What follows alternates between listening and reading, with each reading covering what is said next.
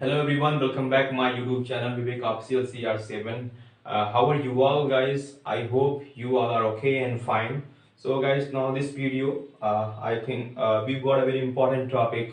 I think we are all are quite familiar with this topic. So the topic name is sentence. And now this video we will see what is sentence and what are their parts. So जैसा कि हम देख सकते हैं कि मैंने यहाँ पे सेंटेंस लिखा है। सो सेंटेंस की जो हिंदी होती क्या होती है वाक्य। सेंटेंस में क्या होता है वाक्य होता है।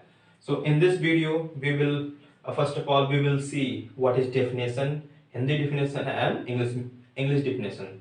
सो जैसा कि मैंने लिखा है कि शब्दों का ऐसा समूह जिसका पूर्ण अर्थ निकलता हो, शब्दों का ऐसा समूह जिसका पूर्ण अर्थ निकलता हो वो सेंटेंस कहलाता है। क्या कहलाता है? सेंटेंस कहलाता है। अब हम हिंदी डिफिनेशन को छोड़ करके इंग्लिश डिफिनेशन देखते हैं कि अ ग्रुप ऑफ वर्ड्स, क्या? अ group of words that gives a complete sense is called sentence. क्या बताया मैंने कि अ group of words that gives a complete sense is called sentence. ये जो कि अब दूसरी डिफिनेशन देख सकते हैं हम कि a collection of meaningful words, क्या है? A collection of meaningful words is called sentence. मतलब जो मीनिंगफुल वर्ड्स का जो एक कलेक्शन होता है वो क्या कहलाता है? सेंटेंस कहलाता है। तो जैसा कि हम सेंटेंस इसका एक एग्जांपल देख सकते हैं कि मैंने लिखा he cricket plays. Actually it is a group of words, it is a group of words but it hasn't got complete sense। मतलब ये हम बोल सकते हैं कि एक ग्रुप ऑफ वर्ड्स, ये यहाँ पे मैंने एक ग्रुप ऑफ वर्ड्स आप कह सकते हैं जैसे कि ग्रुप ऑफ वर्ड्स हैं बट इसकी मीनिंग नहीं निकल रही है। बट जो हम नेक्स्ट एग्जांपल लिखे हैं ही प्लेज क्रिकेट, क्या लिखा मैंने? He plays cricket. तो हम देख सकते हैं कि इसकी मीनिंग जो है ये कंप्लीट सेंस दे रहा है, इसकी मीनिंग निकल रही है। जैसे ही प्लेज क्रिकेट, वह क्रिकेट खेलता है। सो ओवरऑल शब्दों का ऐसा समूह जिसका पूर्ण अर्थ निकलता हो क्या कहलाता है? सेंटेंस कहलाता है। नाउ लेट्स सी कि what are the parts of sentence and in this after मैं should I rub now.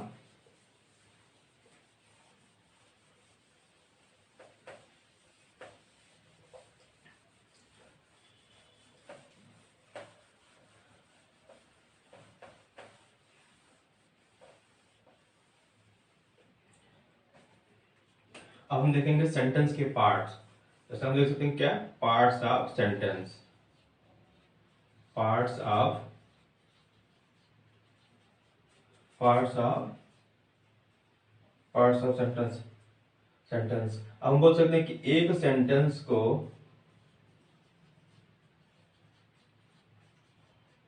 Sentence को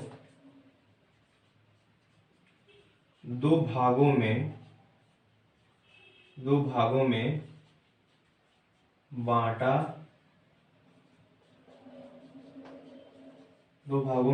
जा सकता है। दो भागों में बांटा जा सकता है। तो हम देख सकते हैं कि वो कौन कौन से भाग हैं, व्हाट आर द पार्ट्स। तो सेंटेंस कौन कौन पार्ट है? पहला पार्ट है आपका सब्जेक्ट और दूसरा क्या है? प्रेडिकेट। मैंने लिखा है कि पार्ट्स ऑफ सेंटेंस, एक सेंटेंस को जनरली दो भागों में बांटा जा सकता है, जो कि पहला पार्ट क्या है? सब्जेक्ट और दूसरा पार्ट क्या है? प्रेडिकेट। अब हम देखेंगे कि what is subject and what is predicate. Subject की हिंदी क्या होती है? सब्जेक्ट की हिंदी होती है उद्देश्य। सब्जेक्ट की हिंदी क्या होगी? उद्देश्य। और प्रेडिकेट की हिंदी क्या होगी? विधेय। तो सब्जेक्ट की हिंदी क्या होगी? उद्देश्य होगा और प्रेडिकेट की हिंदी विधेय होगा। अब हम देखते हैं सब्जेक्ट क्या है। अब हम देखेंगे कि सब्जेक्ट का क्या है। जैसा तो लेट्स सी, वाक्य का वह हिस्सा, वाक्य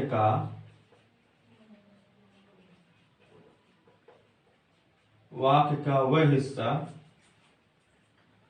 जिसकी हम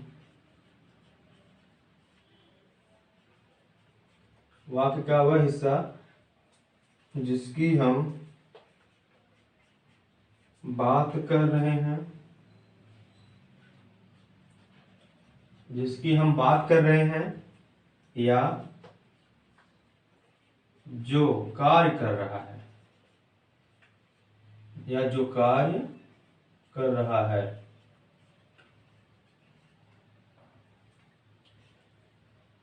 वही सब्जेक्ट है। क्या है? वही सब्जेक्ट है।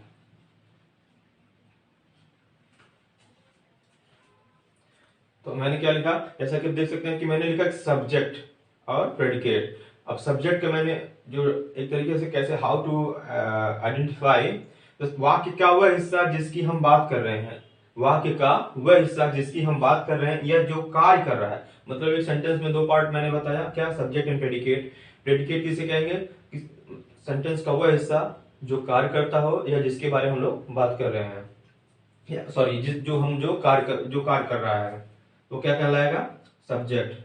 अब हम इसका देख सकते हैं कि आइडेंटिफिकेशन क्या होता है, how to identify it is whether it is subject or predicate.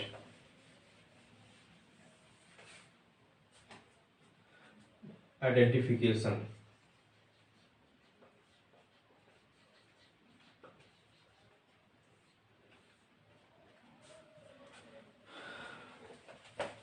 Just wait a minute.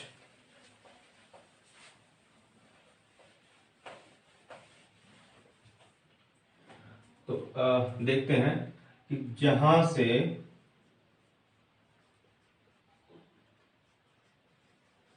Helping verb,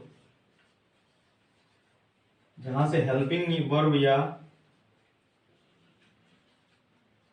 main verb, जहां से हेल्पिंग वर्ब या मेन वर्ब स्टार्ट हो रही हो,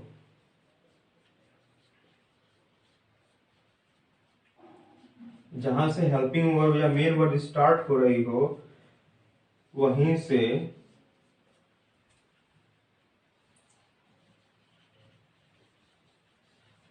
जनरली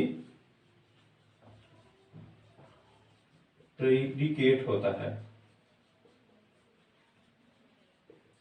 वहीं से क्या होता है? वहीं से जनरली प्रेडिकेट होता है। जैसे मैंने क्या लिखा कि आइडेंटिफिकेशन कैसे हम आइडेंटिफाई करते हैं, तो जहां से हेल्पिंग वर्ब या मेन वर्ब स्टार्ट हो रही हो, वहीं से जनरली क्या होता है? प्रेडिकेट होता है। वहीं से जनरली प्रेडिकेट होता है। फिर उसके बाद हम लिख सकते हैं कि उससे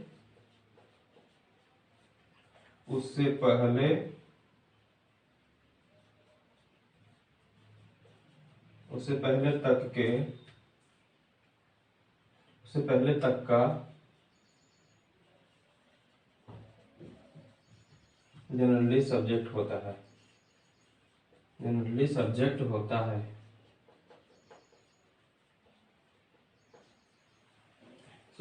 मैंने आइडेंटिफिकेशन लिखा है। उसके बाद अब हम फिर से एक बार देखते हैं कि जहां से हेल्पिंग वर्ब या मेन वर्ब स्टार्ट हो रही हो, वहीं से जनरली क्या होता है? प्रेडिकेट होता है। और उससे पहले का जो पार्ट होता है वो क्या कहलाता है? सब्जेक्ट कहलाता है। जैसा हम एग्जांपल देख सकते हैं यहाँ पे। एग्जांपल मैंने लिखा है कि my father has called me. अब देखिए ये सेंटेंस है, इसमें मैंने क्या लिखा? My father has called me. अब हम देखेंगे कि इसमें हेल्पिंग वर्ब कौन सी है। हेल्पिंग वर्ब कौन है? तो यहाँ हम देख सकते हैं कि हेल्पिंग वर्ब क्या है? हैज है। ये क्या है? Helping verb. तो यहां से मैंने क्या लिखा है? जहां से हेल्पिंग वर्ब या मेन वर्ब स्टार्ट हो रही हो, वहीं से जनरली क्या होता है? प्रेडिकेट होता है। तो हम देख सकते हैं कि इसमें my father has called me में हेल्पिंग वर्ब कौन सी है? हैज है। तो हैज है, तो हैज के बाद वाला सारा पार्ट क्या है? ये क्या है? प्रेडिकेट है। और इसके पहले का ये जो पार्ट है लिखा है कि उससे पहले तक का जनरली सब्जेक्ट होता है। तो उसके पहले का ये क्या हो गया? आपका सब्जेक्ट हो गया। फिर देखते हैं, जैसे मैंने लिखा कि जहां से हेल्पिंग वर्ब स्टार्ट हो रही हो, तो देखिए ये मेरा सेंटेंस है, my father has called me. तो हैज क्या हो गया? ये हेल्पिंग वर्ब है उसकी। तो हेल्पिंग वर्ब से लेकर क्या हो जाएगा आपका? प्रेडिकेट हो जाएगा, इसके पहले का सब्जेक्ट हो जाएगा। एक और एग्जांपल देखते हैं कि a tall man in my room, a tall man in my room is laughing। क्या लिखा? A tall man in my room is laughing, मतलब एक लंबा आदमी मेरे रूम में हंस रहा है। अब हम देखते हैं, जैसे ये सेंटेंस देखने के बाद लगता है कि इसमें हेल्पिंग वर्ब कौन सी हो सकती है। जैसे मैंने लिखा a tall man in my room is laughing। अब हम देखेंगे कि इसमें हेल्पिंग वर्ब कहाँ है। तो a tall man in my room is, यहाँ पे क्या है, ये आपका is हेल्पिंग वर्ब है। तो जो हेल्पिंग वर्ब के बाद वाला जो पार्ट है वो क्या कहलाएगा, वो कहलाएगा प्रेडिकेट। और a tall man in my room is called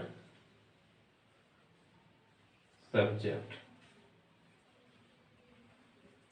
So guys, in this video we have learned sentence and their parts, and the part are subject and predicate, and after that I have told you how to identify the subject and predicate.